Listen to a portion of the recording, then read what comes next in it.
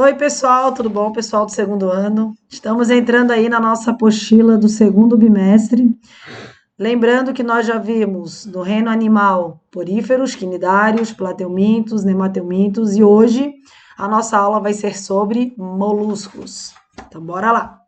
Então, os moluscos, né, como a imagem mostra, são animais bem curiosos e tem uma característica peculiar que é corpo mole. Todo molusco tem o corpo mole. Eles ainda são triblásticos, têm 3 folhetos embrionários, sem gracinha aí vocês. Simetria bilateral, são protostômios, quer dizer que formam primeiro a boca, depois o ânus, e são celomados, quer dizer que agora eles vão ter uma estrutura sanguínea, sistema circulatório, músculo e assim por diante. E aqui nós temos aí os representantes dos moluscos.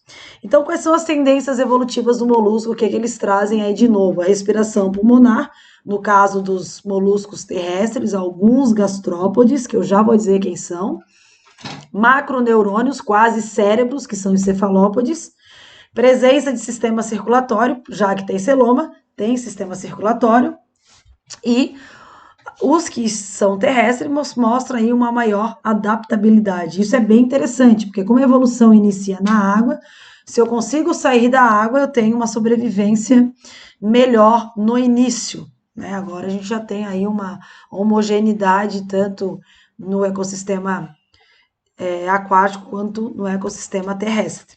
Então, eu vou falar um pouco sobre os grupos de moluscos. Primeiro, nós temos os gastrópodes. Os gastrópodes são, né, a lesma, o caracol, o caramujo, e eles têm aí uma concha única, então tem um buraquinho só para entrar e são chamados de univalves.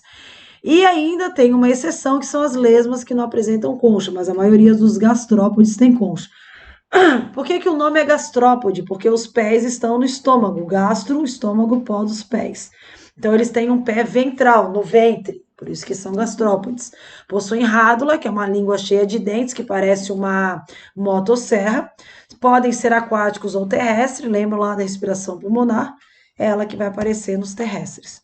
Então, nós temos aqui uma concha, o manto que está dentro da concha, os pés no estômago, gastrópode, os olhos, os tentáculos e a boquinha lá com a famosa rádula. Então, assim, esse negócio, né, que tem uma brincadeira aí de botar sal e os gastrópodes morrerem, isso é verdade, né? Principalmente os terrestres. Como eles precisam de muita umidade para fazer uma respiração cutânea, o sal retém a umidade e acaba matando eles por desidratação. O que não é muito legal, né, galerinha? Os cefalópodes já são, né, o caso da lula, do polvo, da rádula. Então, eles são todos marinhos, possuem a rádula, que é o dente, a língua cheia de dente. Eles têm pés diferenciados em braços, tentáculos e podem ou não apresentar esqueleto.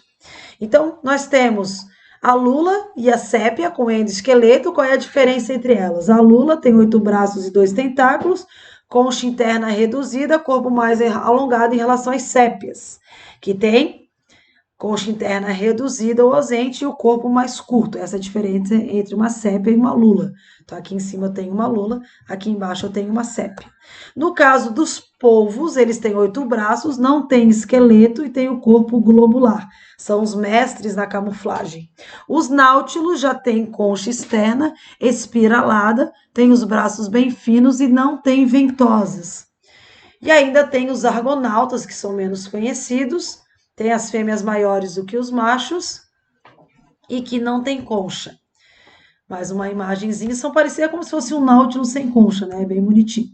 Então, aqui a gente tem outras imagens de cefalópodes, né? Lembrando que a gente tem aqui a lula colossal, que tem algumas imagens recriadas em computador das batalhas dela com algumas baleias, né? Cachalote.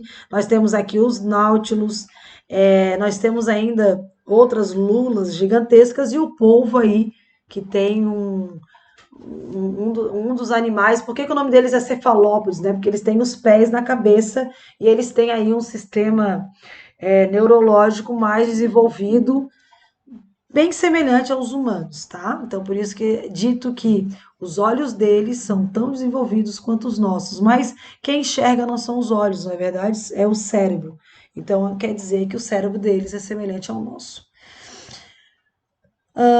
Os cefalópodes ainda têm uma característica bem peculiar, porque eles são eficientes predadores. Então, eles são mais leves por ter uma concha reduzida ou não ter concha, tem a circulação fechada, tem uma locomoção rápida até quando eles usam o jato e podem ainda produzir uma tinta como defesa. E principalmente a característica que eu falei para vocês, que são os olhos grandes e o sistema nervoso mais complexo. E alguns cefalópodes ainda produzem glândulas de veneno paralisante. O outro grupo mais importante aí e conhecido são os bivalves ou pelecípodes. É no caso no caso da ostra, do berbigão, do marisco.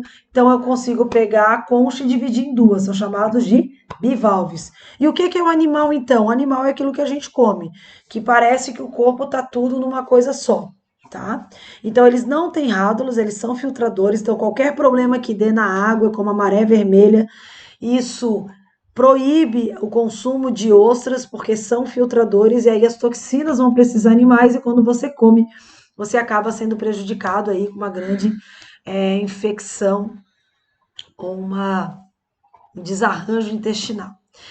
Eles têm o pé afiado, que faz com que eles possam cavar rochas, barcos e ficarem grudados, e podem habitar tanto o mar quanto também a água doce. Então, aqui a gente tem alguns representantes dos pelecípodes.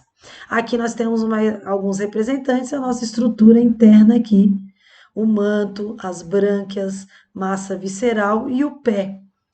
E ainda tem quando a gente abre, né, a ostra, ou se eu vou comprar uma ostra fresca, como é que eu sei que ela está viva ainda? Quando ela está fechada. Agora, quando ela abre, significa que ela já morreu. Então, já não é tão fresca assim e já não é tão confiável para comê-la in natura, certo? Tanto é que quando a gente cozinha a ostra, o que acontece? O músculo adutor que segura ele rompe e aí acaba abrindo a boquinha da ostra, ou melhor, as duas conchas. Escafópoda, né, é um grupo que não é muito estudado no ensino médio, mas é só para saber que existe. É bem essa imagem aqui, ela está enterrada na areia, a maioria é marinho e muitas pessoas já acharam e nem sabem que é um tipo de molusco. Sistema digestório dos moluscos em geral, né? A maioria tem rádula e os gastrópodes têm aí o sistema mais desenvolvido.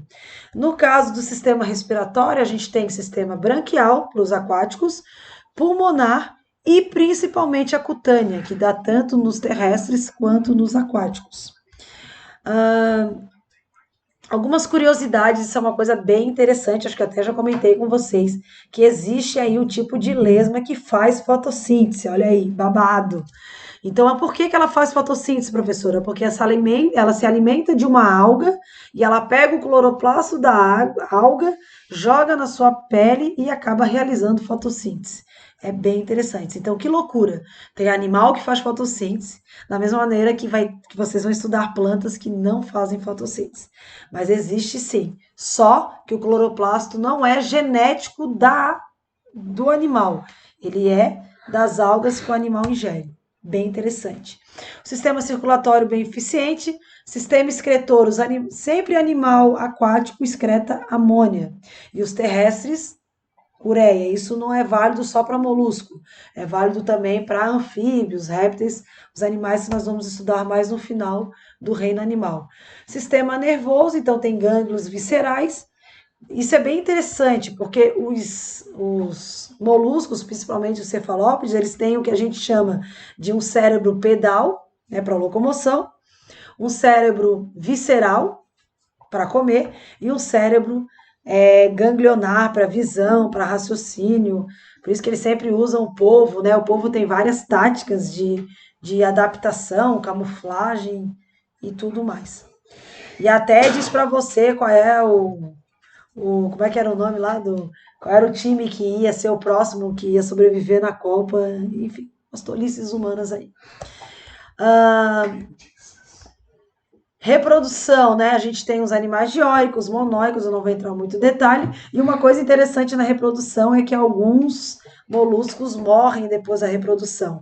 E aqui no caso, tá, galera? É um artrópode, não é um molusco, mas aqui a gente tem aí uma lula morta após reproduzir. Provavelmente é o macho, né? Porque a fêmea sempre sobrevive. Aqui algumas cenas fortes e selvagens sobre o sexo da lesma e caramujo, um sexo muito rápido, né? Imagina um sexo, quanto tempo não demora esse sexo? Mas tudo bem, não vamos falar sobre isso, vamos pular. E, para finalizar a nossa aula, sem palhaçada, a gente tem a importância econômica, então as pérolas, né, são as mais valiosas, os moluscos. No caso, a ostra, ela produz a pérola e são espécies, algumas espécies de ostra. Nossa ostra aqui do litoral, então vocês sabem que Palhoça, né, e Florianópolis, ali na região do Ribeirão, são as grandes produtoras de ostra para consumo. E essas ostras, elas também produzem umas pedrinhas que parecem mais uma brita. Infelizmente, não são pérolas.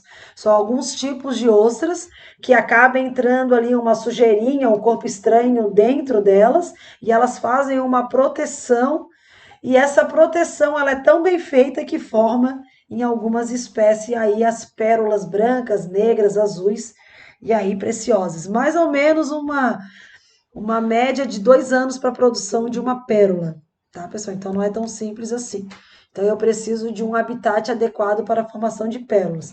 Também econômica na alimentação, né? Os moluscos têm uma variedade enorme de pratos. Importância medicinal. Existem moluscos que transmitem doenças, no caso, o caramujo da esquistossomose, né, do ciclo do Schistosoma mansoni, que vocês viram comigo lá em Plateumintos. Alguns moluscos são filtradores, então eles auxiliam na despoluição de alguns ambientes. Algumas pessoas ainda usam a coxinha em brincos, colares, produção de bijuterias ou enfeites de casa, e também são extremamente importantes no ecossistema aí dentro de uma cadeia alimentar, como tanto predadores quanto predados, ou em relações harmônicas e desarmônicas, entre outras. Então, pessoal, de molusco é isso daí. Então, espero que vocês leiam a apostila, façam as atividades, tirem dúvidas comigo, né? Eu vou estar ao vivo e a cores no Clipe Escola, tentando tirar dúvidas e conversando um pouco com vocês. No mais, para aqueles que está tudo certo, eu encontro vocês então na semana que vem, na nossa próxima aula de anelídeos. Beleza, pessoal? Um beijo e até a próxima.